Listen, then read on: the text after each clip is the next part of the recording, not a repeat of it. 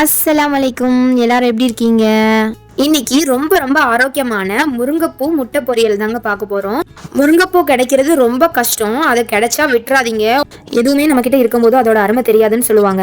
சட்டியில எண்ணெய் ஊத்திக்கோங்க, கடுகு உளுந்தம் பருப்பு பொரிய விட்டுக்கோங்க, ஒரு பெரிய சைஸ் பல்லாரியை சேர்த்துக்கோங்க.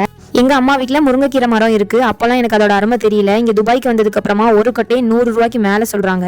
இங்க வந்ததுக்கு அப்புறமா கை கால் வலி, மூட்டு வலி, எல்லா வலியும் வந்துருச்சு. அப்பதான் இந்த முருங்கைக்கீரை அருமையே எனக்கு தெரிஞ்சது. வெங்காயத்திலே தேவையான அளவு உப்பு சேர்த்துக்கணும், இல்லைன்னா உப்பு ரொம்ப கூடிரும். காரத்துக்கு ஏற்ற மாதிரி பச்சை மிளகாய் சேர்த்துக்கோங்க. இன்னைக்கு நான் 1 சேர்த்துருக்கேன், 2 வேணாலும் சேர்த்துக்கலாம். முருங்கைப்பூவை நல்லா கழுவி சேர்த்துக்கோங்க. ஏன்னா முருங்கைப்பூல புழு இருக்கும், ஸ்பைடர் இருக்கும். ஒரு 1/4 கைப்பிடி அளவு முருங்கை இலையும் அதுக்கப்புறமா முருங்கைப்பூ ஃபுல்லத்தையும் சேர்த்துக்கோங்க.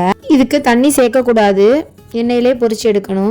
பூ நிறைய இருக்கிற மாதிரி இருக்கும், வதங்கினதுக்கு அப்புறம் கொஞ்சமா ஆயிடும். துபாயில ஒரு வீட்டுல பறிக்க ஆள் இல்லாம தனியா நின்றுட்டு இருந்தது. அதனாலதான் நான் பறிச்சுட்டு வந்தேன்.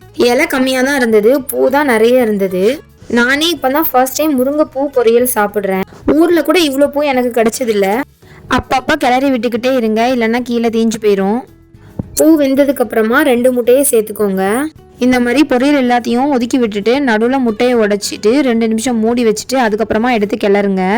இல்லைன்னா முட்டை ஃபுல்லாக வலுவலுன்னு ஆயிரும். முட்டை கொஞ்சம் லைட்டாக வெந்த மாதிரி ஆனதுக்கப்புறமா இதோடு சேர்த்து கிளறிட்டிங்கன்னா முட்டை பொரியல் மாதிரியே இருக்கும். ரொம்ப ரொம்ப டேஸ்ட்டாக அட்டகாசமாக இருக்கும்.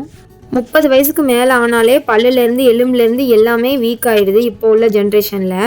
இப்போ நம்ம சின்ன பிள்ளைங்க கிடையாது. இதை சாப்பிடு அதை சாப்பிடுன்னு சின்ன வயசில் சொன்ன மாதிரி யாரும் நம்மக்கிட்ட வந்து சொல்ல மாட்டாங்க.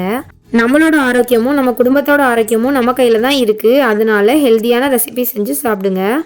இந்த மாதிரி சத்தான ஹெல்த்தியான ரெசிபி செய்கிறதுக்கு நம்ம சேனல் ஹாப்பி டியூபை மறக்காமல் சப்ஸ்கிரைப் பண்ணுங்கள். பெல் பட்டனை கிளிக் பண்ணிடுங்க. உங்கள் ஃப்ரெண்ட்ஸ் அண்ட் ஃபேமிலிக்கு ஷேர் பண்ணுங்கள். இனிமேல் முருங்கை மரம் உங்கள் கண்ணில் பட்டுச்சுன்னா அதில் உள்ள பூவை வேஸ்டாக்காமல் பறிச்சுட்டு வந்து கண்டிப்பாக பொரியல் செஞ்சு சாப்பிடுங்க. இவ்வளோ நேரமாக இவ்வளோ பொறுமையாக இந்த வீடியோ பார்த்ததுக்கு ரொம்ப ரொம்ப தேங்க்ஸ்.